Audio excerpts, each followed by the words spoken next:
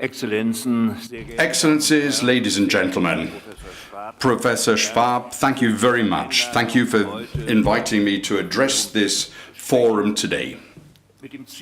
In bringing together people who feel committed to no lesser a task than improving the world, Professor Schwab, you have made Davos and this forum a place without equal, a forum of ideas and of exchange between society, politics and the business community, all of them united in their wish to master the major challenges of our age.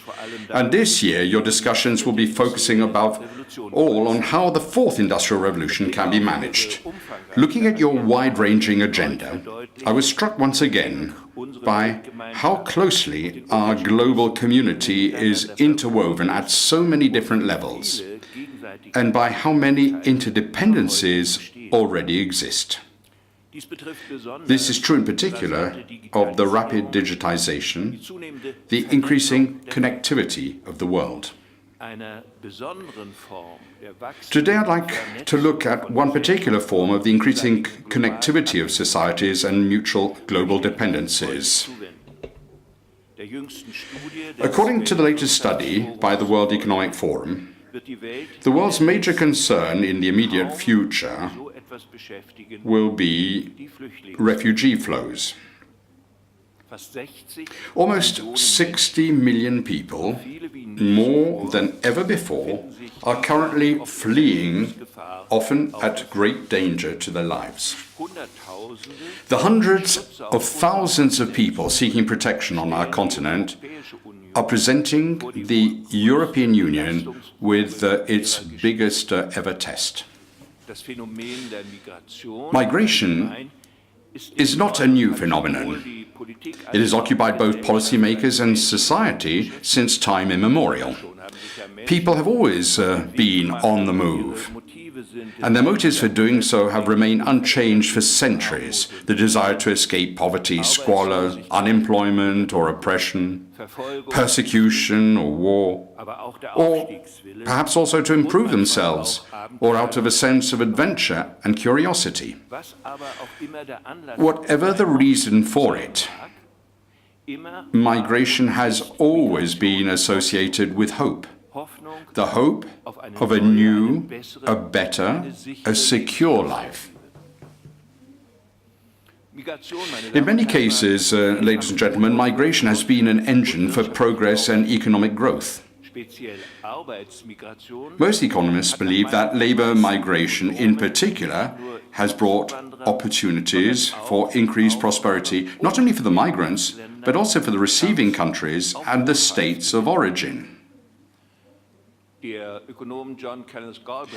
economist John Kenneth Galbraith once described migration as the oldest action against poverty. Additional workers help create value added. The desire to improve one's situation produces new dynamism. A look at the list of American Nobel laureates and Oscar Prize winners shows just how much a country can benefit from migrants' creativity, including all it does between 3 and 4 times as many immigrants as people born on American soil. Contrary to what we used to believe, poorer countries of origin also benefit from the immigration of talented people. Losses can often be balanced out. On the one hand, by the money migrants are sent home, and on the other, by know-how and education gains if the migrants then later return to their home countries. The speed at which a whole society can benefit from migration is shown by the 25 years of strong economic growth enjoyed by the fledgling Federal Republic of Germany after the end of the Second World War. Germany, which had lain in ruins, developed into an economic miracle. It not only absorbed refugees and displaced persons from the former German Eastern territories, but shortly afterwards it deliberately recruited millions more, the so-called guest workers, who wanted to go back to their countries of origin after a limited time spent in Germany. As we all know, things turned out differently. Some of the guest workers started to settle in Germany and have contributed to prosperity in Germany. In the 1970s, however, a lot of these migrants lost their jobs during the recession. In the end, the receiving society too paid a price because it failed to integrate the migrants and to give them access to more education, and at the same time it failed to call for efforts towards integration on their part. Sometimes such omissions have an impact right down to the third generation in the form of education deficits and unemployment. Similar developments, social exclusion on the one hand and self-encapsulation on the other, can be seen in other European countries too. Furthermore, not all migrants have espoused all the fundamental European beliefs and convictions. This is true in particular of some people who have either come or their families have come from Muslim countries. And this obviously has an impact on their role of, or their perspective of the role of women, on tolerance, the role of religion, and also on our system of law and order. The failings are especially obvious in areas where enclaves have developed, where the values and rules of a democratic state, based on the rule of law, have been circumvented or even replaced by fundamentalist convictions and extremist behavior. One key lesson from our own history, but also from recent European migration history, is therefore this. Migration and integration must be thought of in tandem. Ladies and gentlemen, Europe is currently experiencing large-scale migration provoked by violence. The arrival of hundreds of thousands of people fleeing war and conflict, persecution, and massive human rights violations. Allow me to say this quite clearly. It is our humanitarian responsibility to take in such victims of persecution.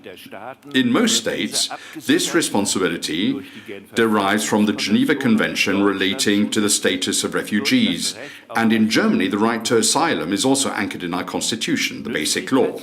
We must not think in terms of usefulness with regard to these asylum seekers. People who need our protection are allowed to cost us something. A society which regards itself as a community of solidarity will act in a spirit of solidarity in relation to refugees too. If we were to shirk this self-imposed obligation, it might bring some financial gain. But we would be losing something of great value, namely our respect for ourselves, our sense of being at ease with ourselves. I know that many of you watching Germany viewed the behavior of countless Germans last summer and autumn in 2015 as either emotional exuberance or naivety. But for us Germans, and I would like you to think this over, this behavior testified to something more. For many older Germans, the willingness to give the new arrivals a welcome was an expression of a commitment to a country which, after its steep fall, wants to be open, to show solidarity, and never again to become xenophobic or racist. For larger sections of the younger population, this natural openness was the fruit of their positive experience as Europeans and as citizens of the world. And many who themselves came from families with migrant backgrounds offered their linguistic skills. This all made for an uplifting experience. At the same time, however, I am of course aware that even if civil society has achieved something extraordinary in many places during the last few months, the readiness to demonstrate solidarity is not infinite. What society and the state are able to achieve, and how long they can continue to do so, depends on many factors. How well the economy is doing, how great a state's institutional, financial and social welfare capacities are, how big a cultural and social gap has to be bridged, and how willing the refugees are to integrate. Not least, it also depends on how much experience a society has with migration and the integration of migrants. In Germany, we have only recently begun to discuss openly the fact that receiving societies are also affected by migration. Regardless of whether the migrants stay temporarily or permanently in Germany, regardless of whether we're talking about refugees or migrant workers. A large proportion of the native population sees migration less as a boon and more as a cause of uncertainty and the loss of a familiar world.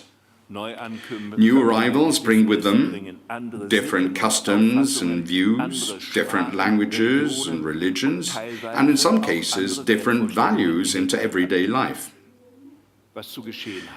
Those who come to us should feel at home in an alien country. The former president of the German Bundestag, Wolfgang Thiersen, said recently. But he added that the native population shouldn't feel alien in their own country. As a rule, after people get to know each other, they come to accept one another. Sometimes, however, conflicts develop. Following recent events in several German cities, for instance, it was feared that fundamental achievements of our civilization, such as tolerance, respect, and the equality of women, could be damaged. It was also feared, and this is even more problematic perhaps, that the state was no longer always able to uphold law and order everywhere.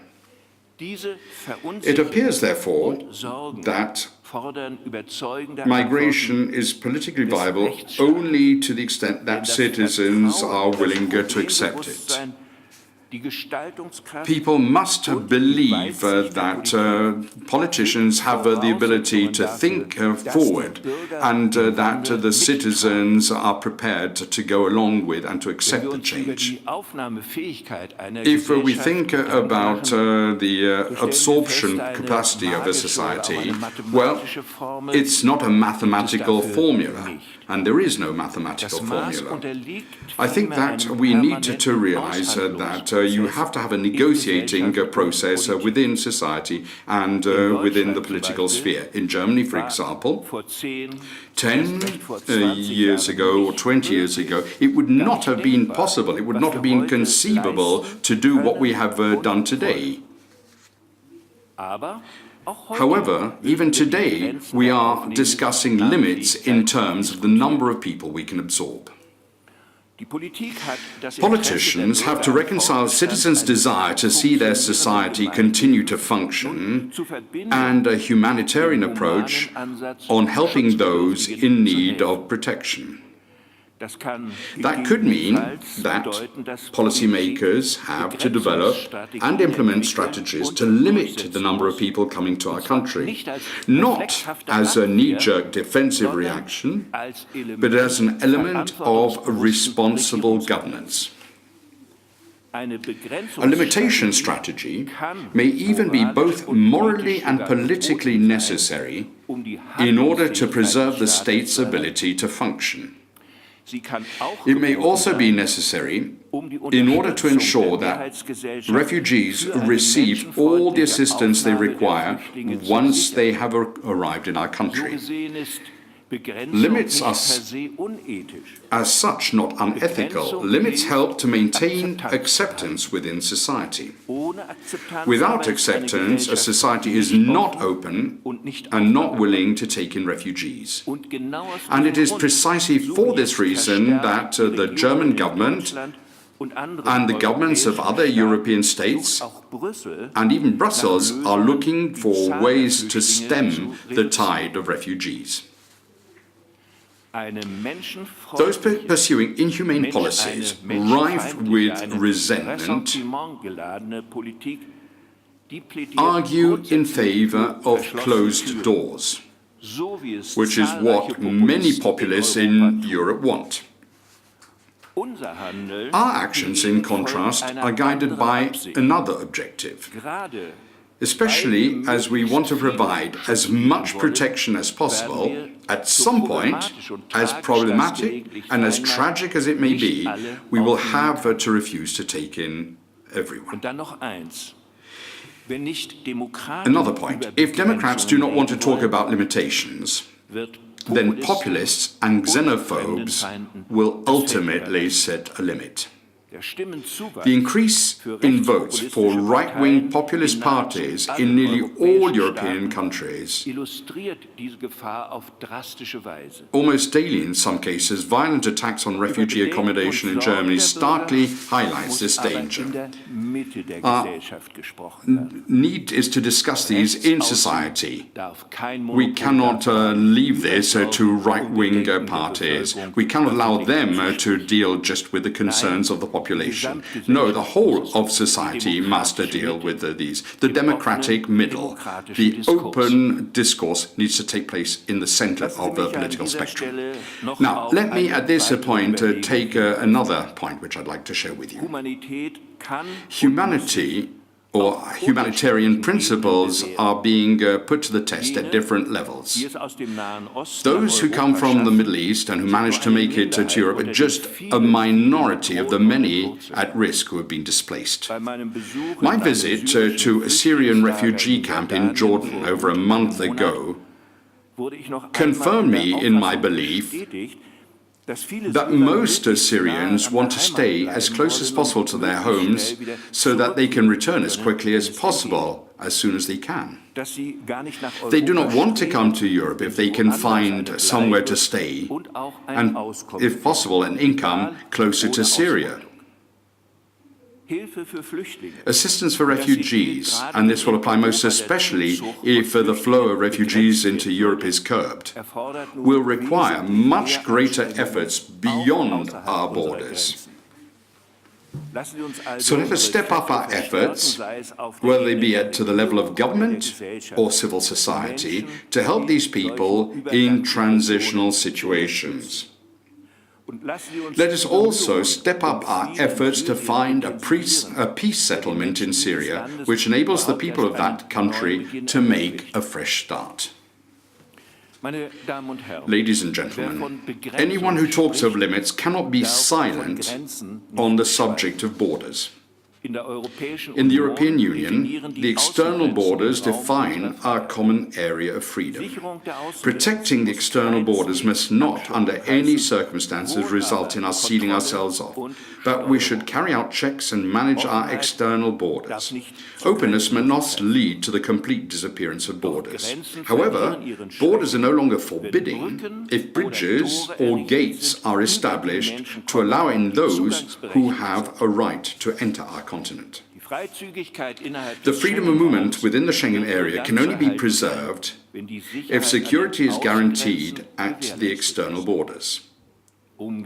Conversely, and developments during the last few months have shown this, if the external borders are not effectively protected, national borders will once again become important, and freedom of movement within Europe will be at risk.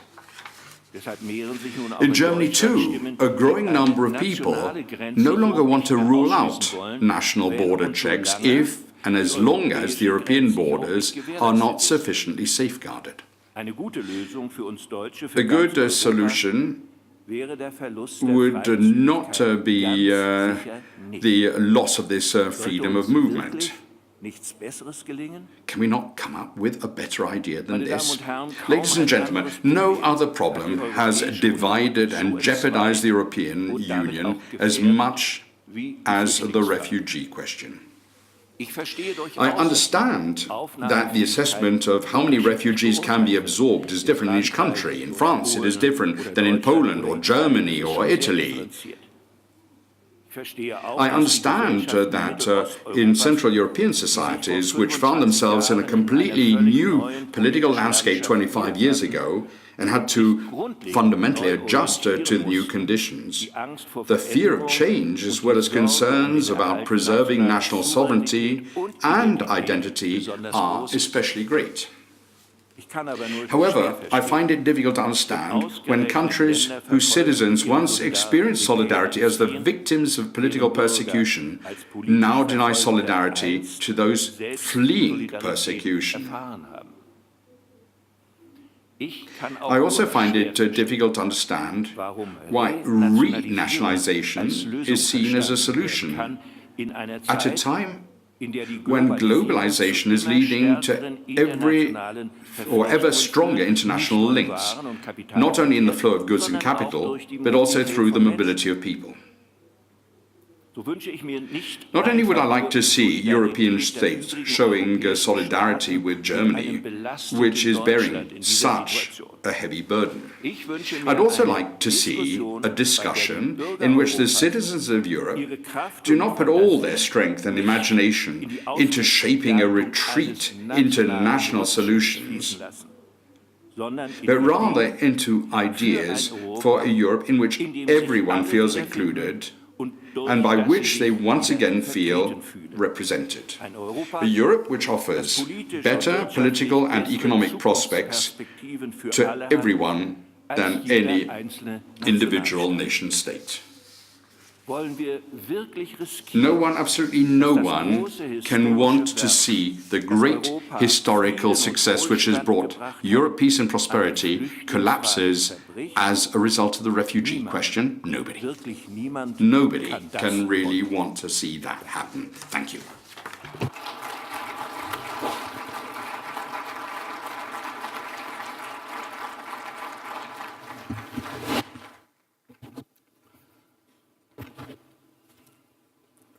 Herr Bundespräsident, President,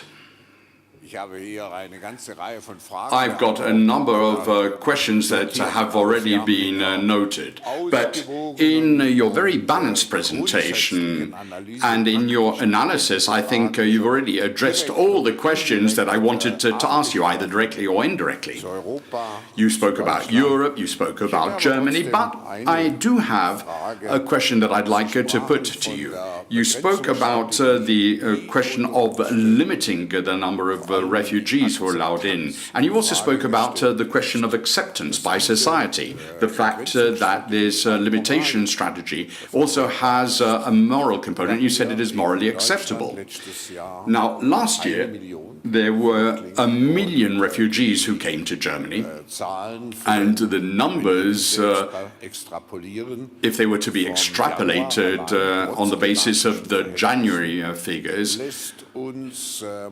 these figures lead us to believe that we will probably have exactly the same number, another 1 million this year. Perhaps we may even exceed that number. So my question is the following. In fact, I've got two questions for you.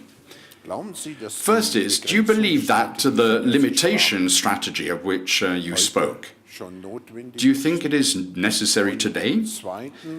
Secondly, what can we do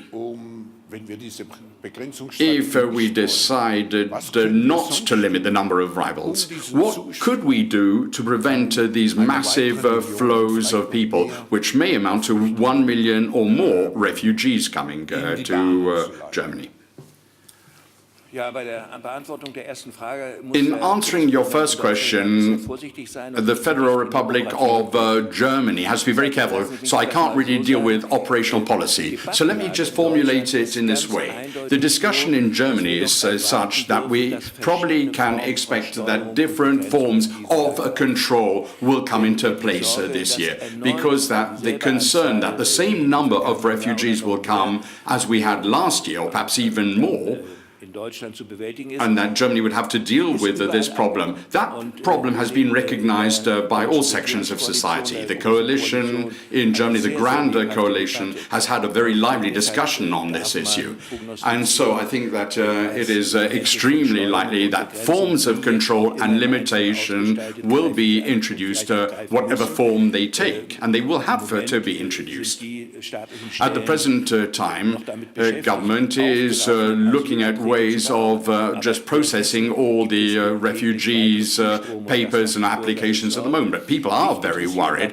But I think that we should not think about what the people in the right fringe of society. But you also have highly committed mayors and volunteers who are starting to say, we are doing all this work, but I don't know how we could do more than what we're doing already. So I'm expecting something will be done. And that is why your second question is so important. It has to be clear that if we are to show solidarity, and we're prepared to do so, we've also got to make sure that we increase our efforts beyond our borders, and we can show solidarity by providing support in the area around Syria and Iraq, for example, in Turkey. And we have supported efforts at the European level in order to ensure that we can improve people's lives in these areas. Now, I was in Jordan recently, and I was introduced to a project where you have Jordanian and British authorities working together.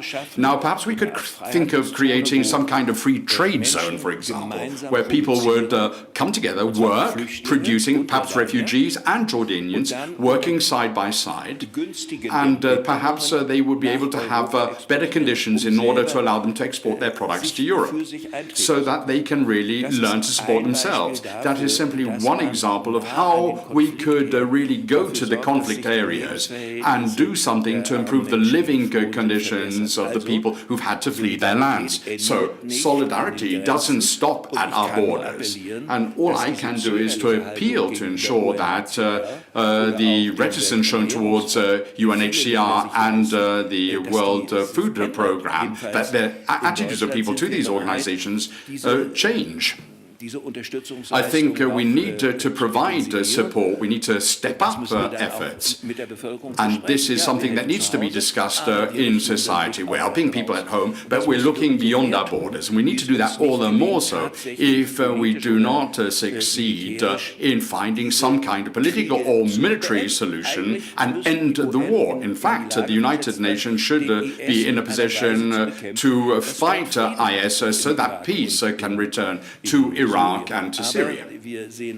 But I think that we all see with some concern that the United Nations cannot do more than it's doing at the moment. And we don't see a robust mandate being given to the UN. So I think that is why the support that I've been referring to is so important. Mr. President, from your own experience, you've always fought for basic fundamental beliefs. And I think that there are certain basic beliefs in Europe which are at stake in Europe. And I think you mentioned this in your speech. But for our non-European friends, perhaps you could just say a couple of words to explain what for you those basic rights which we want to preserve are.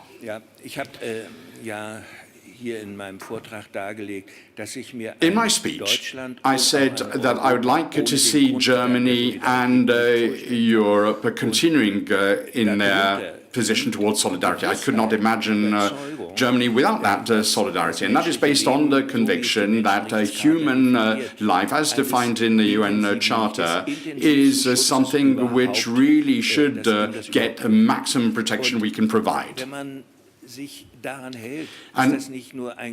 I think that this is not just an ethical principle which we must uphold and which derives from many religions, but I think it is also clever political thinking. I do not believe that we can have a future where you have one group of countries which preserves human values and which shows solidarity, another group of countries which is building up military strength, which is trying to fight enemies, and which simply want to preserve their own personal interests. I think the history of humanity in the First World War showed that it was necessary to create the League of Nations. After the Second World War, we had the United Nations, and we had a very clear path. And it was decided that political action and ethical values had to come together. That's what we need to pursue. And I'd like to add something. Why do I believe? I think I said this in my speech, that if you think of limitation, you think of something restrictive, but I think it is morally acceptable. And perhaps I can just borrow the words of the President of the Evangelical Council in Germany, a bishop and social ethical worker.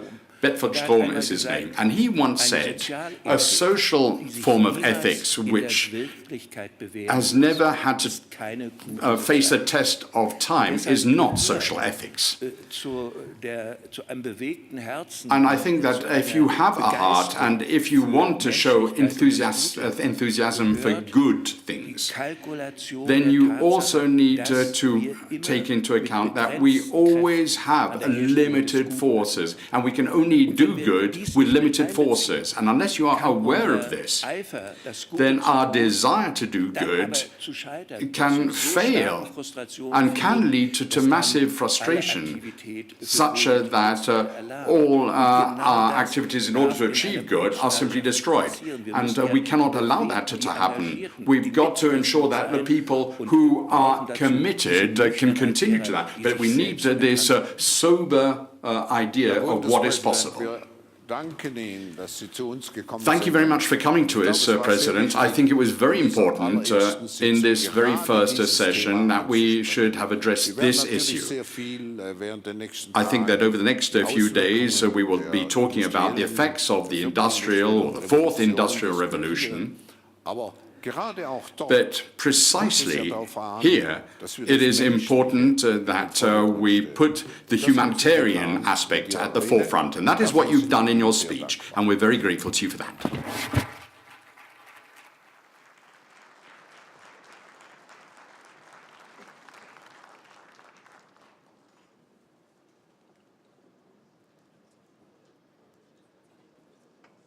Closely, our global community is interwoven at so many different levels, and by how many interdependencies already exist.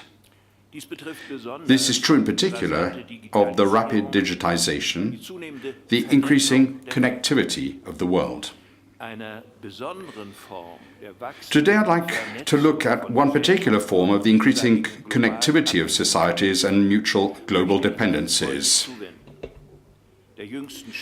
According to the latest study by the World Economic Forum, the world's major concern in the immediate future will be refugee flows. Almost 60 million people, more than ever before, are currently fleeing, often at great danger. Excellencies, ladies and gentlemen, Professor Schwab, thank you very much. Thank you for inviting me to address this forum today.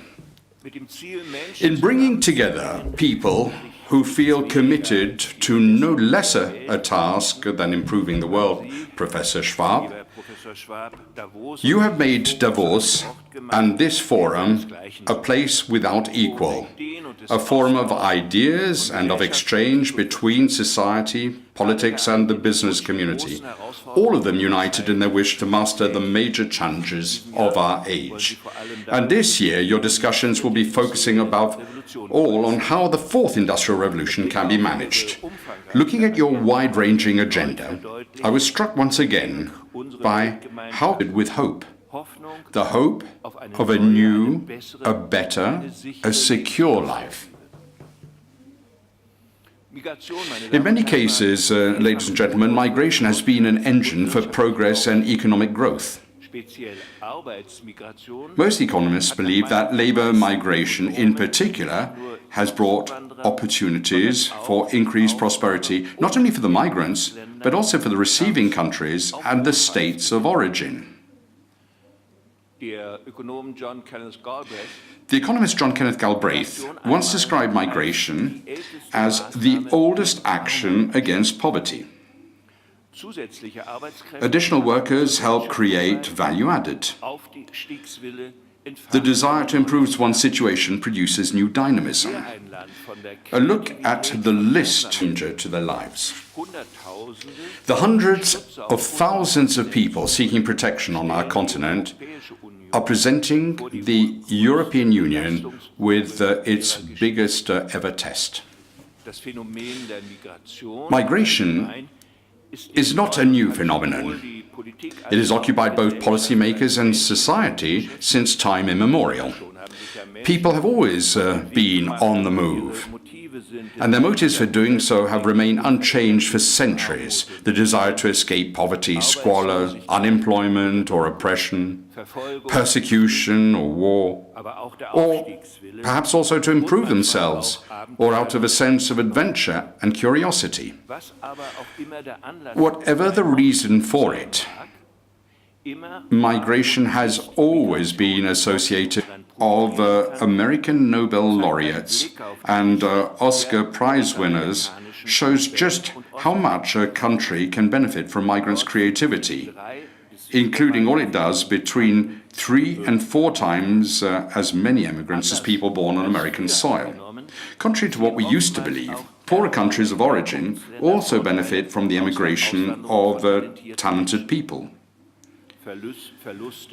Losses can often be balanced out. On the one hand, by the money migrants sent home, and on the other, by know-how and education gains if the migrants then later return to their home countries. The speed at which a whole society can benefit from migration is shown by the 25 years of strong economic growth